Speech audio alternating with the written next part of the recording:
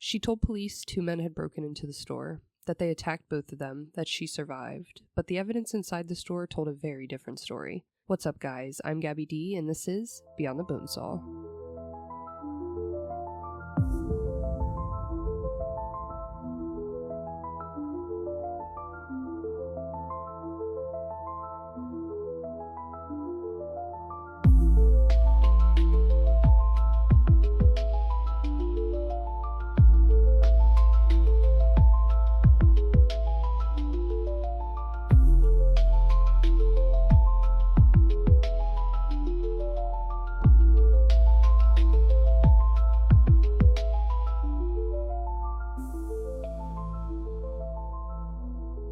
What is up, guys? Today we're going over part 2 of the Lululemon case. If you didn't listen to part 1, you should probably go listen now or you'll be super confused. For everyone else who did listen, welcome back, and today we're going to be getting into the good stuff. First, I want to apologize for last week's episode. When I originally recorded it, it was like an hour and a half long, but after editing, it ended up only being 30 minutes, so yeah, my whole long episode comment didn't really hold up there. Originally, I planned to turn this into a 3-part series, but instead, to make it up to you guys, I'm going to give all of it to you right now. So sit back, relax, but not too much if you're driving or operating heavy machinery, and let's jump right back into the Lululemon case. So last week we went over how Lululemon, the store manager Rachel, and that Apple customer Ryan called the police after discovering the body of Jayna Murray face down in a sea of her own blood.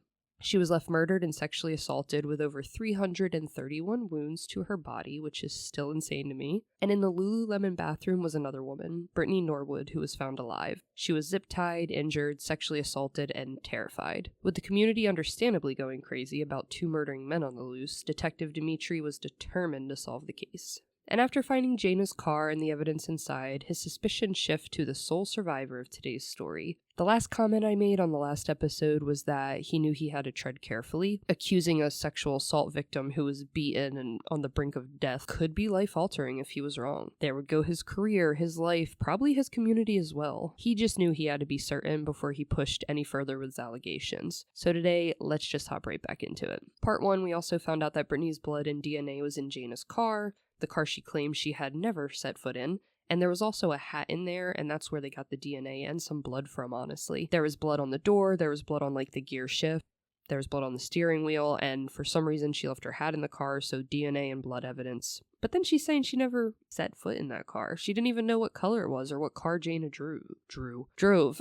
Now that we're all caught up, let's just jump right back into it. March 18th, 2011, this is exactly a week after the murder took place on the 11th, Brittany decided she wanted to speak up about Jayna's car with Detective Dimitri. There also was another detective on the case, but you don't hear too much about him since Dimitri definitely seemed to be running the show. And after they had that talk with Brittany about her blood and DNA, I think something in her brain clicked and she's like, fuck, you know, they know something. So she actually requested to speak with the detectives because she just remembered something that could help the case.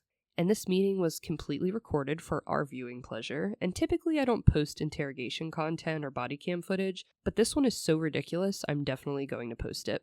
The link will also be in the show notes if you don't want to wait, but I'll eventually make sure it's posted on social media. Now, fair warning, it is almost a 3-hour conversation, and it doesn't really get good until the end, in my opinion. Now, looking at the interrogation footage, at first I thought, this is the smallest interrogation room I've ever seen. Maybe that's the point, right?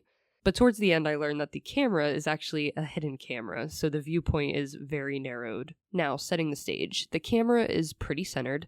There's a long diagonal wooden table in our view. Brittany's on the right, Detective Dimitri is sitting center facing her, and then the other detective is on the left-hand side. Now all we see of Detective Dimitri, who's in the middle, is his back, because the table is also pushed up against the back wall, and that's pretty much all we got. We have the table, the 3 of them, there's a door on each side. The door to the left looks like maybe that's the one that only officers use because Brittany's family is there and they come into play later and they only enter through the right side. So I'm assuming that takes them to like some visitation area. Now the family members Brittany came with, she did come with 2 of her older siblings, 1 brother and 1 sister who will come into play later. And you do not want to miss the interaction with her brother. That's all I'll say for now. So Brittany comes in, she sits down, and she tells them, okay, so I remembered and I'm really sorry I haven't told you yet. I don't know how this slipped my mind, right? Silly me. So much trauma. I totally forgot this part. But I actually had been in Jayna's car, specifically on the night she was killed.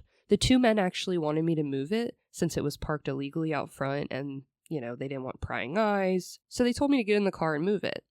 Now, Detective Dimitri asked the obvious, and one of them drove with you, like what happened? She says, oh no, I drove myself about 3 blocks away and then walked back to them. What? So detectives are as dumbfounded as I was when I first saw the clip, and they you see them glimpse at each other. Like, are you thinking what I'm thinking? Which would be why the hell she didn't drive to a police station to get help or away from them? And what victim who was raped, beaten, assaulted so terribly would get the opportunity to leave the store and come right back? And also, what murderer would let one of his victims go free with the chance that that could be how he got caught? It's not like they were leaving the store. They supposedly just stayed in the store, It just doesn't make sense. Now, I don't know about you guys, but my ass would be flying down the road to get help, especially after being beaten unconscious, raped, and then sexually assaulted with a wooden coat hanger. Not to mention, she is covered in blood, and it'd be dumb to let her leave looking like that. And now she's saying she walked a few blocks back to them? It just doesn't make sense. Also, side note, it just popped in my head. I know I spoke about Brittany's hat earlier. The blood stain, it looked like she pulled the hat down to cover that gash in her forehead, and it bled into the hat. Just to give you an idea of what the picture looked like, the crime scene photos. And all the crime scene photos are actually already posted on our Patreon if you want to look at the more gory stuff.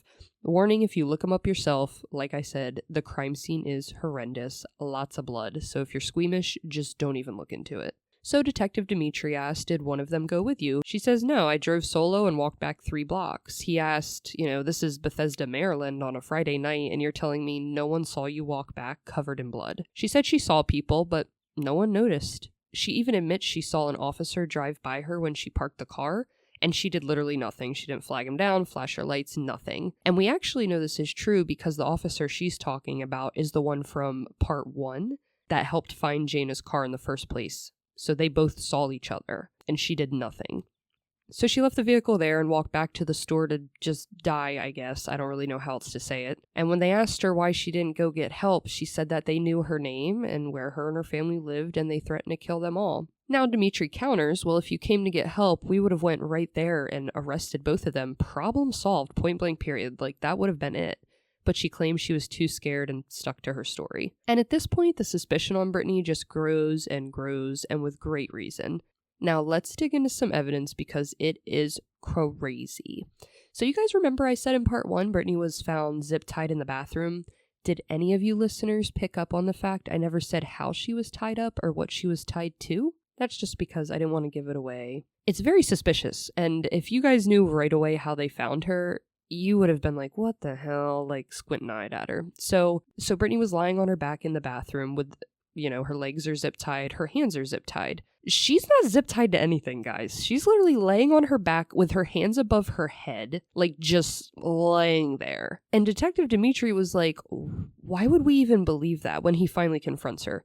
He's like, you're laying there, you're not tied to anything. Why would we believe that? You could have easily put your hands down at the least. Oh, my arms are getting tired. I should probably put my hands down, right? And you sat there for hours upon hours instead. It doesn't make sense. Now she claims she was unconscious and kind of coming in and out of it and not thinking about things. So, okay, sure, But you were awake when Rachel and Ryan found you, so I don't know. You think you would adjust yourself. She could have gotten up. She even said that she thought about going to her phone. Again, you had another chance to get help and you did absolutely nothing. Now, trauma can make you act irrationally. She truly could have been so scared and traumatized and just stuck, right? It happens. I get it. Fight, flight, or freeze. Maybe she was in freeze mode, but she wasn't. And then the physical evidence came in. Now for the physical evidence. I touched on how they found Jayna's body last time, right? Face down, handful of hair, dead in a pool of her own blood. Well, the hair was checked, and it actually belonged to Brittany. So why was Brittany's hair in Jayna's hand and ripped out? She also had Brittany's DNA under her fingernails, so needless to say, things were not looking good for Brittany. On top of all this, and this is what pisses me off the most, they did sexual assault kits on both the victims, Brittany and Jayna. They both came back negative. Neither victim was sexually assaulted at all. A sign, Brittany thinking on her feet, ripped open both their pants and underwear to expose their genitals and play into her whole 2 men story, and then staged the coat hanger in the bathroom next to her. It just got sloppier as time went on. So detectives already know this. Usually detectives know much more than they tell you. I mean, that's just how cases go. So they want to push more and more, and they start with the basic tactics, So Dimitri, he's playing on her emotions. It has to be so hard for you to just hold this all in. And the other detective, he's sitting on the side. He has like a little notebook. He's writing stuff down when she talks. I feel like he's just kind of watching, waiting for his chance to step in. Plus, at this point, Dimitri's unraveling Brittany, and Brittany is just digging her own hole. So Dimitri says, I'm sure you've been going crazy with what we have figured out. What we might know, you must just be waiting for us to just drop the bomb on you. It must be such a weight on your shoulders. Like, just get it off. Just tell me what happened, Brittany. I can only imagine what you're going through. You have to be going nuts with worry and fear this last week. It must be so tough for you. And Brittany, she gets very, very quiet, like stumped when certain things are said. It's just, you can see her reactions. So at this point, she's not talking, she's looking down, not making eye contact, and the eerie silence is notable. So Detective Dimitri tells her, look, Brittany, you made up an incredible story that makes no sense. I've been in homicide almost 25 years. I've been in law enforcement for 30. I've seen a lot, heard a lot, seen a lot of good and bad people. And sometimes people get into situations that's way over their head, not knowing what to do next or how to explain it. And he just looks at her, and there's no reply, of course. So he continues, well, I guess we can start from the injuries you have. He lays out 3 photos in front of her on the table, 2 on top, 1 photo on the bottom. And these photos are how they found Brittany in the bathroom and how her black pants were cut. And this is where he calls her out for the wounds being self-inflicted, saying, you did this to yourself, and don't worry, I know you have a lying problem, right? Which we'll get into later, but Brittany's a huge liar, big-time liar, and a thief at that. So he keeps going, and he's like, I'll tell you how. So first, let's talk about those perfectly parallel, superficial scratches on your thighs. We can tell by the evidence that your pants, you had to pull your pants down, cut up your thighs, and then while her pants are still down her ankles, she's cutting them up. So you can tell when she pulled back up her pants in the pictures they took, the cut marks do not line up whatsoever. Then he brings up the fact that she thought about going to her cell phone, but she never did. She didn't even try, not once. Then she gets the car, literally a golden ticket to get out of this situation and flee and get help, and she didn't take it. Then he brings up the vehicle. He's just, stop lying, Brittany. We asked because we already know these things. Your hat and blood were in the car. You drove it there, and you only told us now today to try and cover your ass because you know something was up when we asked if you've ever been in that car before. And I'll be honest with you guys, when she brings up the whole car thing and talks about it, she is just not a good liar. Not a good liar at all. Oh my gosh, and I completely forgot to throw this into the part 1, but I have to tell you guys.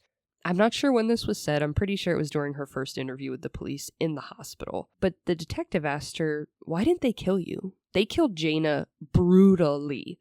331 wounds. They're thinking 10 or more items were used in this killing. But they didn't do anything to Brittany. She had scratches, and if you look at them, it looks like if your cat scratched you. Like if your cat scratched you and you just had 3 or 4 little slices that are going to heal up. She only needed stitches on her head and the webbing of her fingers, so those cuts on her chest, stomach, and legs were not that bad. But he asked her, why didn't they kill you? You aren't even injured that bad, honestly. And this big old piece of dog shit says, they said it's because I was a good fuck. Is that supposed to be like one last blow at Jayna? A low blow at that? Like, let's continue before I make this podcast more colorful with profanity than usual. So he pulls out more photos of the crime scene and he lays them down in front of her. And all the tracks in the blood come from 2 pairs of shoes, a size 14 men's shoe and your shoes, Brittany. And she's like, just staring at him and then looks at the ground. And he says, but we found that size 14 shoe, Brittany. We found it in the store under the register. Lululemon, this one, they didn't sell shoes, but they kept a pair of shoes on hand, a large size, for when they alter men's clothing. So they just have you step in these shoes. And I think they just went with a big size because they assumed it'd fit everyone, so why not? And they kept those shoes under the counter. So he keeps going. You took those shoes and you used those shoes to make it look like someone else was involved. Then you washed them off in the sink and put them back under the counter. He said and she, oh my gosh. I mean, she's not thinking clearly with what's going on, honestly. Dimitri said, I can see the men's shoes go to a chair where you sat. So he sees the size 14 men's shoes in the back go to a chair. Someone sat down, took those shoes off, put on Brittany's shoes. Guys, we all know it's Brittany at this point, right? Like, we all know it's Brittany. It's not twistier than that. It's Brittany. So he could tell Brittany put on the men's shoes, walked to a chair, sat down. The men's shoes tracks, they just stop. They're done. They never leave the store. I don't know if you guys remember that in part 1. The tracks never leave the store. They just kind of stop. So she puts the men's shoes on, does whatever, sits down in a chair, takes the shoes off, puts her own shoes on, stands up from the chair and leaves. So that was pretty fucking stupid, Brittany. Like, I have no words. Not to mention, there's a shit ton of blood, and she's saying it's 2 men, and there's only 1 pair of men's shoes, and then her shoes. Now, Dimitri, I like Dimitri. He told Brittany, I'm concerned for you. I think you need help, Brittany. And you really need to get this off your chest as well. You saw a cop drive by, you didn't flag them down. You want me to believe you walked down the street completely covered in blood at 10 o'clock on a Friday night and no one saw you? And then you went back alone, you didn't flee, get help. Then he plays on her family ties. Your brother Chris, which is the one that's actually took her there that day and will come up later, Chris, he took me outside Monday and said he was suspicious because some things didn't add up. So even her brother had like an inkling something's not right here. Now the other detective, he steps in probably about an hour into the interview and he finally talks. He's been listening and writing the whole time, taking notes, but he sees Dimitri isn't getting reactions from her, so maybe he sees this as an opportunity to step in. So he goes on about how it's human behavior to cover things up. I get it, you want to cover it up. We know that. Clumps of your hair are in her hands. And Dimitri, he kind of points to one of the photos on the table and he whispers, your DNA is under her skin. Just tell us why. That's the only thing we haven't figured out is why, Brittany. Why did this happen? Now, it seems like a classic good cop, bad cop, but gentle, if that makes sense. Probably because she's big on shutting down, so they know if they push her hard enough, she's just going to stop talking. So the other detective goes on and says how covering it up, it shows you're a human being and you have compassion. I can tell you're a nice person, Brittany. You're very respectful. I get why you're covering it up. I just don't understand why it started in the first place. Why the fight? I just want to understand it. Was she pissed? Did she call you a name? We know there was a fight 100%. Forget about everything else. Anybody could have done this. Anybody. You're human. Just forget about everything else. Why the fight? What happened? Was she pissed? Did she call you the N-word? Was it really her? Did it make you snap? I mean, it'd make me snap if she said that to me. I'd slap her right across the face. I get it. And she's still quiet. She listens to the detectives talk for a while, but she doesn't say a thing. They go on about how she's a young girl who's never been in trouble and just needs to be honest. Then she says how she's a good person, She hits them with I'm a good person. And they just eat it up. Yeah, that's what we've been thinking, Brittany. You're such a good person. That's why we want to know what happened. Then Dimitri steps back in and he says, your brother and sister can come in and hear all about it. I believe he thinks her brother would be on their side and get her to open up more. But when they come in, it's interesting. So her 2 siblings, they dropped her off and they actually went out to eat and they came back to the police station.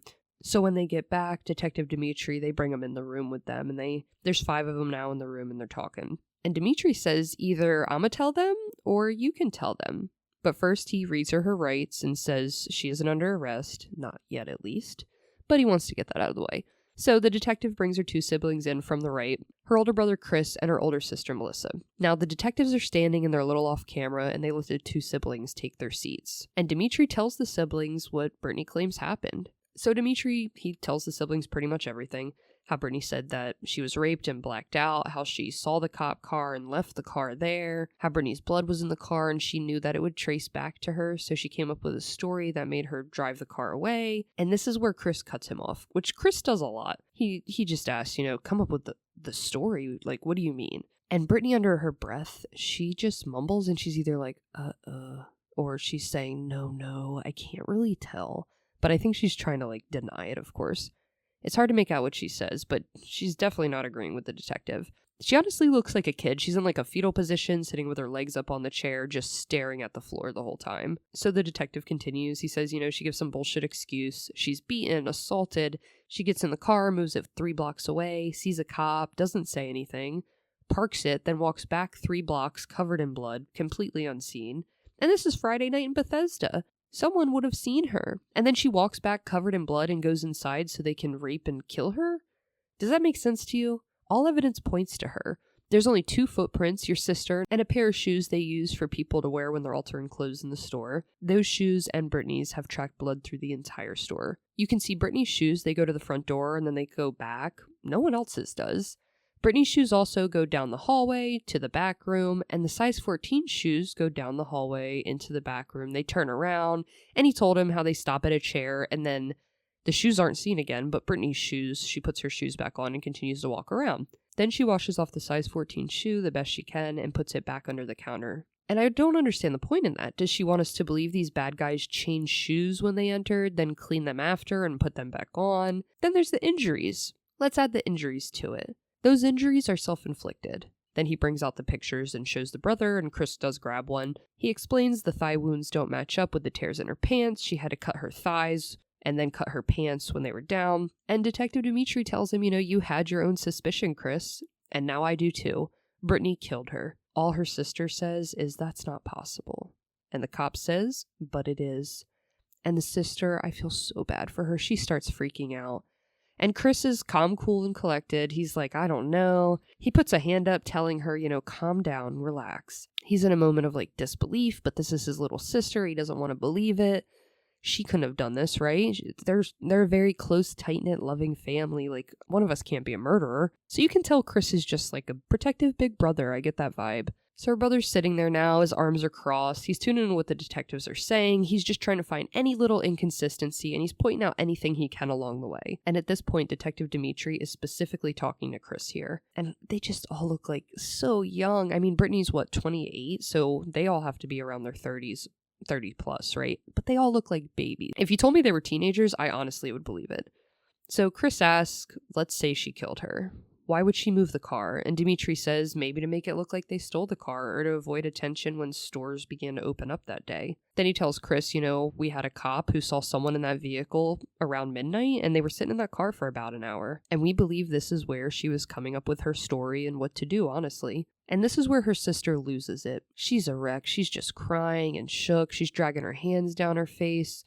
So Chris does ask them to take her out of the room. And they do, and then Chris asks Dimitri to repeat what he said. And he does. She was sitting in the car for an hour trying to come up with her. Before we get back into the case, I want to take a moment to shout out the first ever sponsor of the show, Gabbi. If you listen to us, you probably know most of my research happens late at night. We're talking deep dives at midnight, open tabs everywhere, timelines, court documents, police reports, the kind of rabbit hole where suddenly I blink and it's 3 a.m.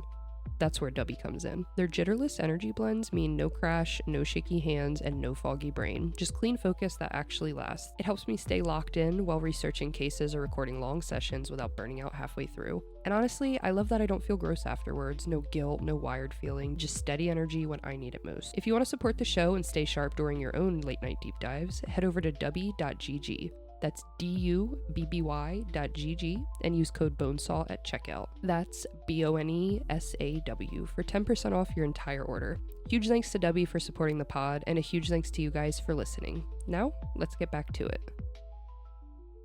Her story. He said how Brittany's DNA is all over the window, there's blood on the gear shift, the hat with the blood on the brim, there's blood on the floor, the steering wheel. And you can tell Chris is suspicious, but he just doesn't want it to be true. And Chris does agree, she has changed her story a lot and things just don't look good. And the detective says the spot she laid in and claimed to be the entire time on the bathroom floor, there was no blood transfer to her back. So this means she didn't even lay there until the blood was dry. She wasn't there all night. She was barely there at all, actually, if she had no blood on her back.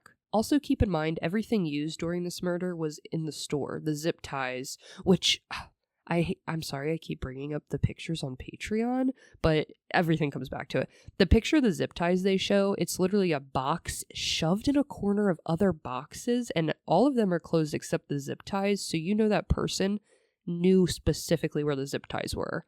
And then there's the red toolbox, and all the tools, that was on the shelf as well. That was used to torture and ultimately kill Jayna. So everything's in the store. You're telling me these people who were murdering and just these brutal sexual deviant murderers didn't come prepared with anything? Not even their own rope, their own tools to use? It's just a lot.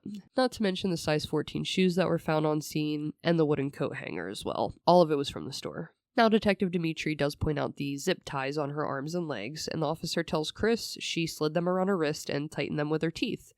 And Chris says, oh, you tested it already? And the cop says, no, not yet. We sent it off, but I'm 100% sure that there will be teeth impressions on the zip tie and her saliva as well. He tells Chris, look, we already got her. Mainly, we just want her to tell the truth. She can't carry this around. She's gonna go nuts.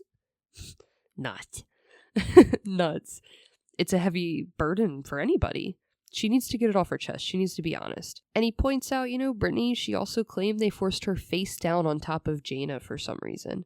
And if they did that, the front of her would be covered in blood, and there was none. Brittany also claimed this was when Jayna was already dead. Then he tells Chris, before she staged herself in the bathroom, she ripped the crotch area of her pants and underwear along with Jayna's. So it looked like they were raped, but both their tests came back negative for any sexual assault. So at this point, he's putting it all out there for Chris. And he also tells Chris, they told her they'd assault her with a coat hanger until she enjoyed it in climax, but she didn't have a single scratch or tear inside her. She would have had several if that happened. And the brother, like I said, he's just grasping at straws. He doesn't want to believe it, I'm sure. I couldn't imagine. And Brittany just asks, can we go? She's not even talking the whole time. And the brother, he does repeat the question, wanting to take his sister home. And honestly, after all this, I don't know why they even thought she was allowed to leave. And the detective says, we're deciding that now, and if you want to help us, Chris, help her admit what she's done. And the brother says, he doesn't believe it's a robbery. It just doesn't make sense. He has a gut feeling.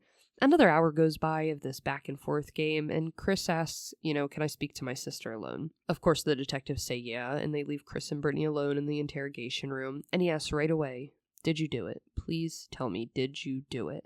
And Brittany says, she can't. If they leave, she will tell him everything, but she can't do it here.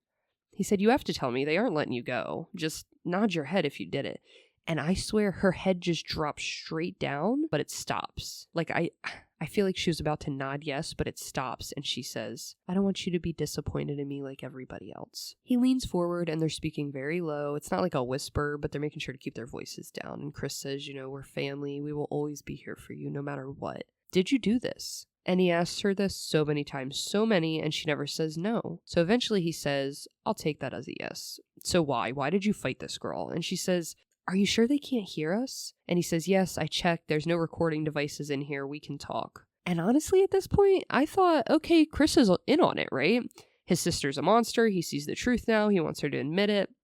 He even pulled the detective aside that day when they found her saying it all just seemed weird to him and was off. He's been suspicious since the beginning. But no. And honestly, at this point, I wasn't rooting for him anymore. So he goes on and he says, they can't hear us. Just tell me why. Why did you do this? Was it planned? And she says, no, I promise no. And this is where she breaks, finally. And the detectives, they don't only have it recorded, but they're watching in the other room, and I know their eyes are just glued an inch away from that TV, just listening and eating this shit up. And through it all, Chris asks a few times, why did you fight that girl? Was it about shoplifting? She says, no, I didn't steal anything. And he says, did you shoplift from there before? And she says no, and eventually he asks again, and she talks. She admits it started because Jayna accused her of shoplifting. Then Chris tells her, okay, so I know I told the cop when he asked that none of this seems convincing, but it's all convincing, Brittany. It's all very convincing and doesn't look good.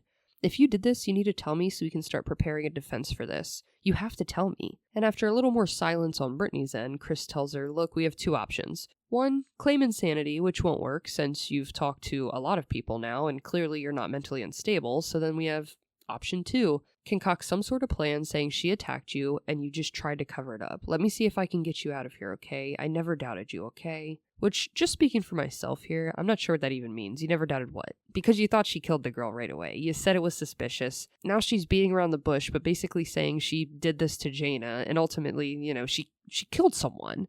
So I'm confused. What about this you never doubted? Is this a way of saying he knows she had a good reason to do it or something? I don't know. That comment just kind of throws me off a little bit there. And then Brittany says, I didn't know what to do. I was doing so well. I don't know. Jayna said she would tell them. And then there's a quick pause and they discuss if there's recording devices in the room again. And he says, I've been looking the entire time. Nothing's in here, yada, yada. Then he almost coaches her in a way, like, hey, you keep looking down at the ground. Like, I can tell you're lying, Brittany. Every time they ask you a question, you're just staring right to the left on the floor. Now you might be like, well, how does Chris know? Well, then he claims he lies all the time, and he learned to keep his eyes locked onto something, so she needed to find her own focus spot. And he points out some red item on the wall. It's kind of out of camera, so we can't tell what it is. Maybe it's like a fire alarm kind of thing. Maybe it's like a exit sign or a light or something. But he points out something, and he's like, you see the red thing on the wall? He tells her to lock her eyes on that whenever they ask questions. Now it's time for Chris to go, so he hugs his sister and he steps out of the room. Now Brittany is alone for a brief second until her older sister pops back in and she's just hugging her, saying she loves her. I'm sure right now she knew this would be the last moment she had with her sister like this, and she took the moment to tell her to claim insanity. But the detectives came back in, the sister leaves, so now it's just Brittany and the two detectives again. And mind you, they just seen all of this. So the detective, he asks right away, why'd the fight start? Just let us know. Then Brittany asks if her siblings can come back in, and he says he doesn't think so. The siblings, they can't handle it. Her older sister almost had a breakdown, and Chris is still trying to wrap his head around everything. They're just already broken up about it. So they ask, why'd the fight start? Now, they actually surprisingly get a response out of Brittany, and she says, I don't want to tell you. And the cop says, well, it's all recorded. We heard what you said to Chris, so let's just get this over with. No sense in holding back. We heard everything. And at this point, she realizes she was recorded and stops answering altogether. He pushes back, but she doesn't crack. She doesn't even speak. Needless to say, they had more than enough evidence on her to make an arrest. The detectives, they read her rights, asked if she understood. For whatever fucking reason, probably because she's a manipulative liar, she said, no, I don't understand. So he broke it down literally sentence by sentence for her and asked her again. She refused to sign the papers, which he said was fine. He just wanted to be sure she understood her rights, and that was that. Brittany Norwood was under the arrest for the brutal murder of Jayna Murray. Now, before we dig into the trial, let's uncover some more. Like, why did she do it? What's the motive? A little history on her and the lying shoplifting thing, because this is going to be quite the package to unpack. Now, to understand what we can of Brittany's mentality, we have to go back to her school days, high school, college, all that. So you see, Brittany, she was a huge thief, like kleptomaniac. She stole whatever she could from anyone she could steal it from. She had complaints from teammates, roommates, classmates, employees. The girl was just a klepto. Her best friend in college stopped being best friends with her because she was stealing shit from her too. It was so bad, one friend would say Brittany was very sweet and funny. She was an amazing soccer player, but stealing was her only vice. And eventually it caught up with her. In high school, she'd go through her teammates' lockers and steal clothing, jewelry, cash, cards, perfume, whatever she wanted. It got to the point everyone knew it was her. They reported it, but I guess nothing happened. She remained on the soccer team, which wasn't good. I've done a lot of sports, and in sports, you have to rely on your team. Trust your team. But how can you trust a girl who steals all your shit whenever she can? You can't. Bottom line, you can't. It was so bad that when new team members joined the soccer team, her teammates would literally warn them to lock your shit up, don't leave anything out, especially around Brittany. Now you think maybe as she got older, she'd grow out of this, but no. She started college and it continued until she was reported to the school and her scholarship was lost, leaving her to actually be expelled. She'd steal from jobs, and word is that's why she got fired from a few of them. She actually worked at another Lululemon right before the one now in Bethesda, or back then in 2011, you know what I mean, when the crime happened. She worked at another Lululemon location right before that, and they thought she was stealing, but they never caught her, so can't fire her, right? And this girl, this is a side story. Someone posted online, it was in a bunch of articles too, but this woman came forward and was like, this Brittany Norwood girl, she stole a weave from me. And I'm not talking like she literally stole a wig or like bundles from a store or something like that. She stole a fully installed weave. She went to get her hair done, which takes hours depending on what you're getting done. And when it came time to pay, she said, oh, I have to get my purse. I left it in the sitting room, right? And she went and got it and noticed all of her money was missing. She had $1,000 in cash and it was just gone. Now you might be like, why does she have $1,000 in cash? Getting your hair done can cost hundreds of dollars, especially if you're getting a whole installment in, right? So she made a huge fit and actually accused the employees there of stealing it, Like, what kind of business are you running? You're just you have a bunch of thieves work here? You're letting them go through clients' belongings? Like, what the hell? So her stylist was super embarrassed, not knowing what to do. And she said, just don't worry about it. I am so sorry. We'll look into it. They have a camera out there, but they had to obviously wait for the manager to get the approval to look at the camera and see who's stealing shit, right? So Brittany said she'd come back later that week with the money, but she never came back. Surprise, surprise. Now, keep in mind, Brittany's purse, she left it in the sitting room. It's not like she left it in her car or just somewhere in the same room as her, She purposely left it in the waiting room. I might just be talking for myself here, but yeah, never. Who would leave our purse in a fucking waiting room intentionally? Like, yeah, you know, when I go get my nails done, I get my set, I get my little pedicure, right? I like to leave my purse actually right next to the color samples on the table in the waiting room. Like, it just doesn't make sense. So luckily, like I said, there was cameras in there, and the employee did tell the manager eventually, and they looked into it because if, you know, an employee's stealing, that's very, very bad for business and bad in general, especially stealing $1,000 in cash. But they look and nothing. No one touched her purse. Not once. Not even to move it or like bring it to reception saying, hey, I found this purse. No one touched that purse once. Now let's get to her psychotic behavior, because stealing is wrong, yes, but stealing isn't a common sign that you'll eventually become a psychopathic, brutal murderer, right? So Brittany was dating a dentist, and eventually they split up. Maybe she stole his drill or something, right? They dated for over a year. So Brittany was abusive. She would legit hit him on the regular. I'm talking punching, kicking, just throwing shit at him, whatever. So he left her after almost a year being together. They broke up. He starts dating a new woman, right? As you do. So Brittany not only kept the key to his house, but his alarm code. Which, side note, guys, if you break up with someone, good terms or not, change your fucking code and get your key back at the least. I mean, they could take the key and go copy it. At least change your fucking alarm code, though. If they're super crazy, actually, just get a whole new fucking house. Just move. So anyway, Crazy Pants Brittany breaks into his house. She steals his money, his jewelry, phone, whatever else she wanted in there, right? So not only did she steal from friends, but she stole from someone she claims she loved. Then on top of all this, she starts stalking him and his new girlfriend, right? So it was so bad they filed restraining orders on her. She was told to show up to court, but never did. She claimed she needed to reschedule due to work conflict or some other shit going on in life. I'm sure it was just BS excuses. Now, the outcome of the restraining order was a bit iffy. So the ex and his girlfriend, they did both request one. They both were terrified of her. Who knows what else she was doing, honestly, besides the little speck that we know about. So the requests, they were both approved, and she violated it less than 2 weeks later.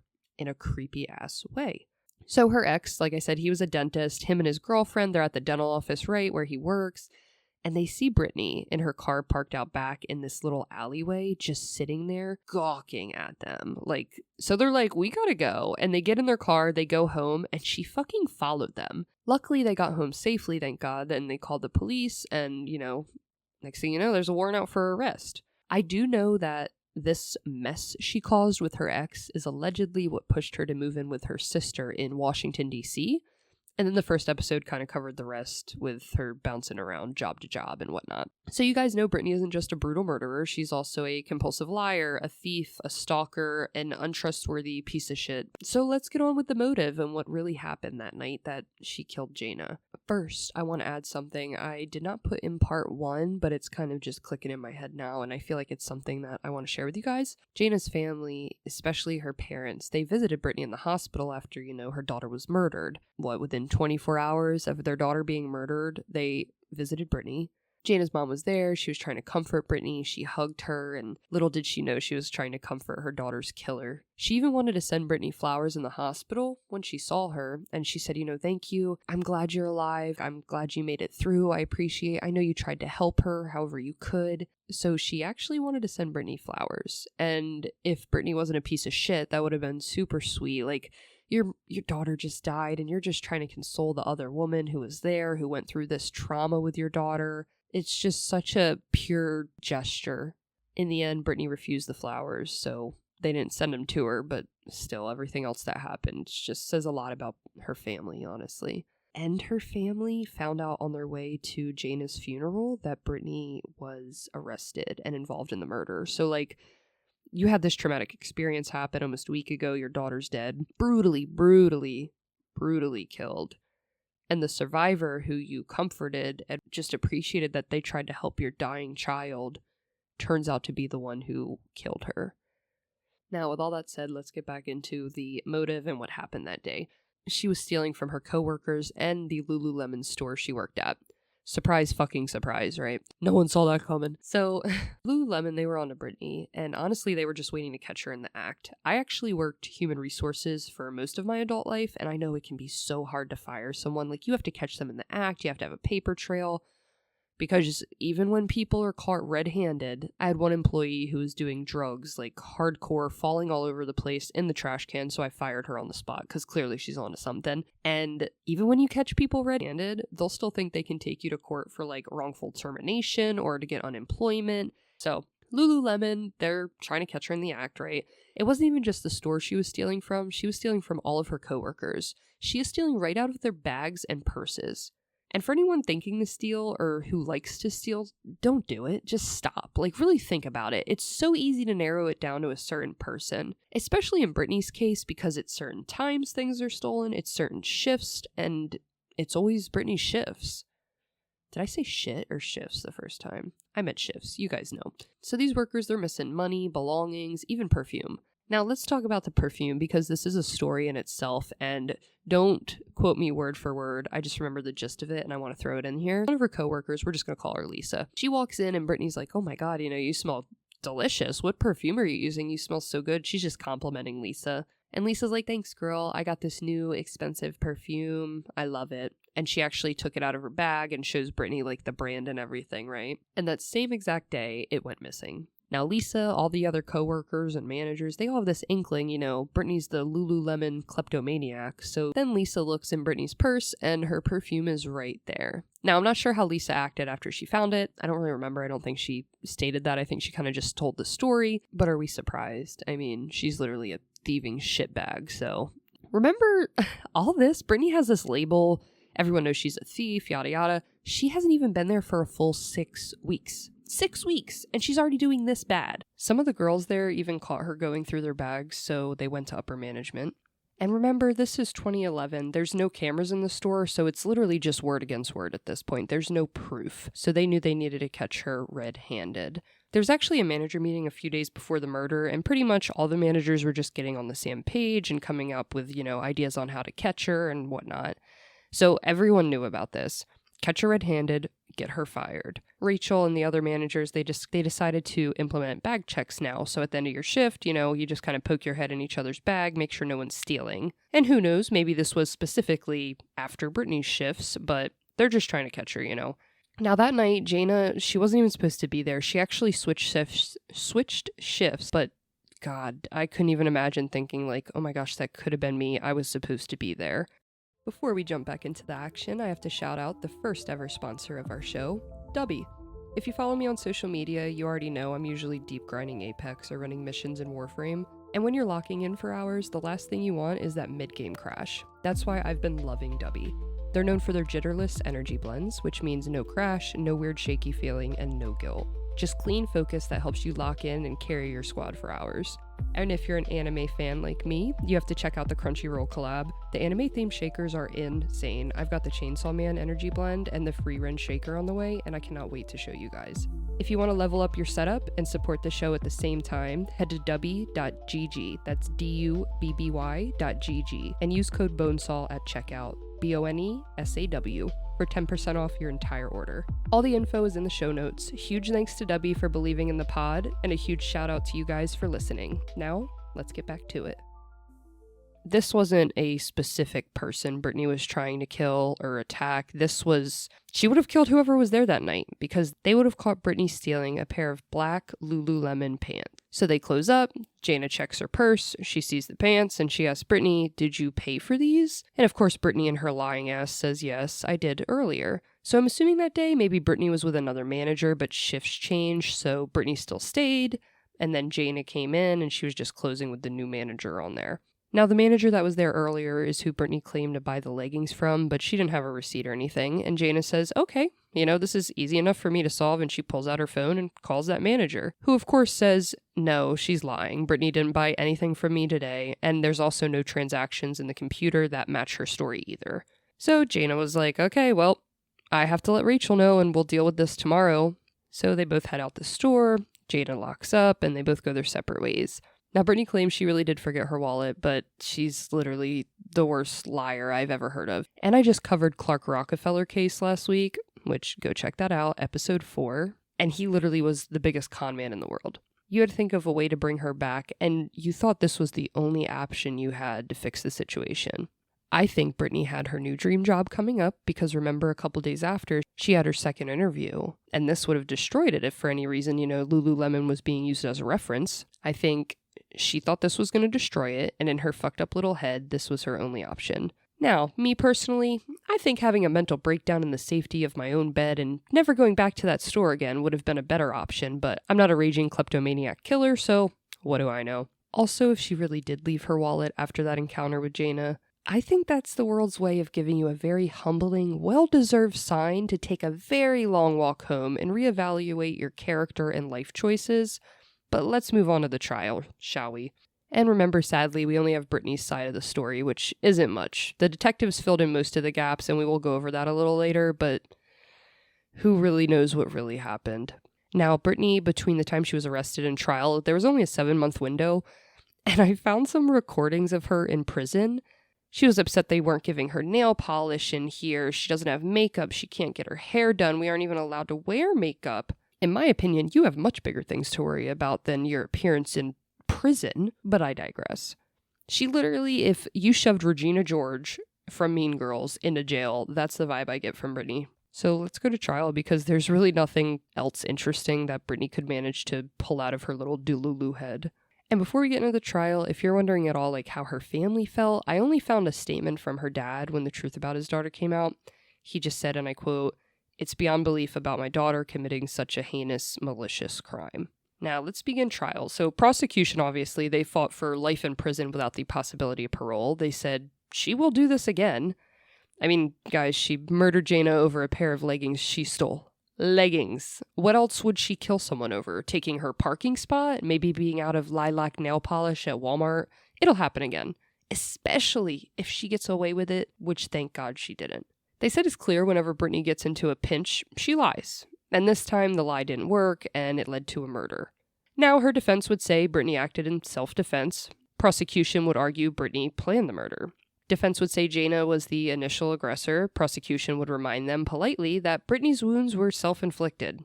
Britney's defense would claim she acted out of fear for her life, but prosecution would argue the crime showed deliberate signs of staging.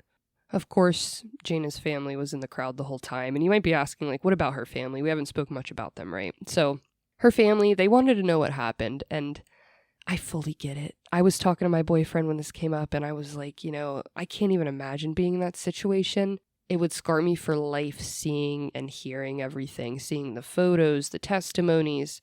But that's also closure, and I feel like I personally would need that no matter how hard it is, because you can't just go back. You can't 20 years from them be like, you know what, I want to go back in court and see my daughter's photos and see what really happened. And sadly, Britney would never admit what happened, but prosecutors said they believe Britney hit Jayna in the back of the head with a steel clothing rod. Probably didn't even see it coming, honestly, because Britney's a bitch. Jayna ran for the front door of the store, but was caught by Britney, which is when the TV flipped over, racks and clothing, pretty much when the front room, got in complete disarray because they were in there fighting. They also found Jayna's jacket on the ground there in the front room, so they believe, that's why in the tussle she dropped it, trying to defend herself. They also found clumps of Jayna's hair in the front room and her bloody handprints on the walls, but Britney eventually got her into the back of the store somehow, and that's where Jayna went for that back door. Remember in part 1 I said the back door was bloody and it had handprints all over it, but the blood just stopped there? That's exactly why. They think she went for the back door, but again, Britney got her. Now there in that super tiny small hallway, like guys, it's probably 4 feet wide, if that. It's so small. And in this small hallway, that is where Britney brutally stabbed and beat Jayna to death. The toolbox was also located back there, so they believe that's where Britney got all those tools from, and used them on Jayna. Then Britney moved her car from the front of the store around 12:30 a.m. They said Britney sat in that car for about an hour, probably trying to wrap her mind around what she'd just done, probably coming up with her plan to get away with it as well. Then she goes back and puts what she thinks is a perfect plan into action. She takes the men's shoes from the front of the store and walks around in them. She mainly followed her own footprints to make it look like a man walked around with her, but the prints abruptly stopping, she really just dug a hole for herself there. Prosecution says you can actually tell she just shoved her foot inside the shoe and didn't tie it because you could see the shoelace strands just dragging blood along the ground with every step through the store. Then she washed them off in the sink, and I put photos up of it. There isn't much blood, but I put up how it looks normally, and there's just a couple drops of blood on like the handle when she turned the water in on the corner of the sink. But then I put up another photo of it after they used luminol, and it's crazy. It's crazy. So she cleans the shoes off, she puts the shoes back, and then she cuts up her own body with a razor blade, which is also psychotic behavior, but what do I know? She also is determined to pull this off, and I'm sure she's willing to do whatever it takes. Then she tied herself up with the zip ties, laid down on dry blood because it took her so long to do this, and placed her hands above her head for some reason, which I really don't understand, which we went over in part 1, but again, she could have just brought her arms down, but expected everyone to believe she was just laying like that for hours. I'm wondering if she heard someone finally coming in the store, or she was just kind of looking out the windows waiting, and she ran to the bathroom and like in a hurry, she didn't know what to do, so she just like flailed herself on the ground, you know what I mean? Now, Jayna's brother Hugh said this about Brittany, according to a book I'll also list in the show notes, and I did get a lot of information from this book. It's a really good deep dive. Hugh said, and I quote, "I remember thinking, she's a small girl, and she's also a sorry piece of shit," end quote. And honestly, I agree. So in 2012, sentencing began. Brittany gave a full statement asking for mercy, apologizing, begging for another chance, as if the world didn't give her handfuls of chances already, as if high school didn't, as if her friends didn't, as if college didn't, as if your other jobs didn't, as if your life didn't. And the judge, he did listen, but at the end he told her she's an awful liar, she's a terrible person, that she is the perfect representation of the worst human behavior.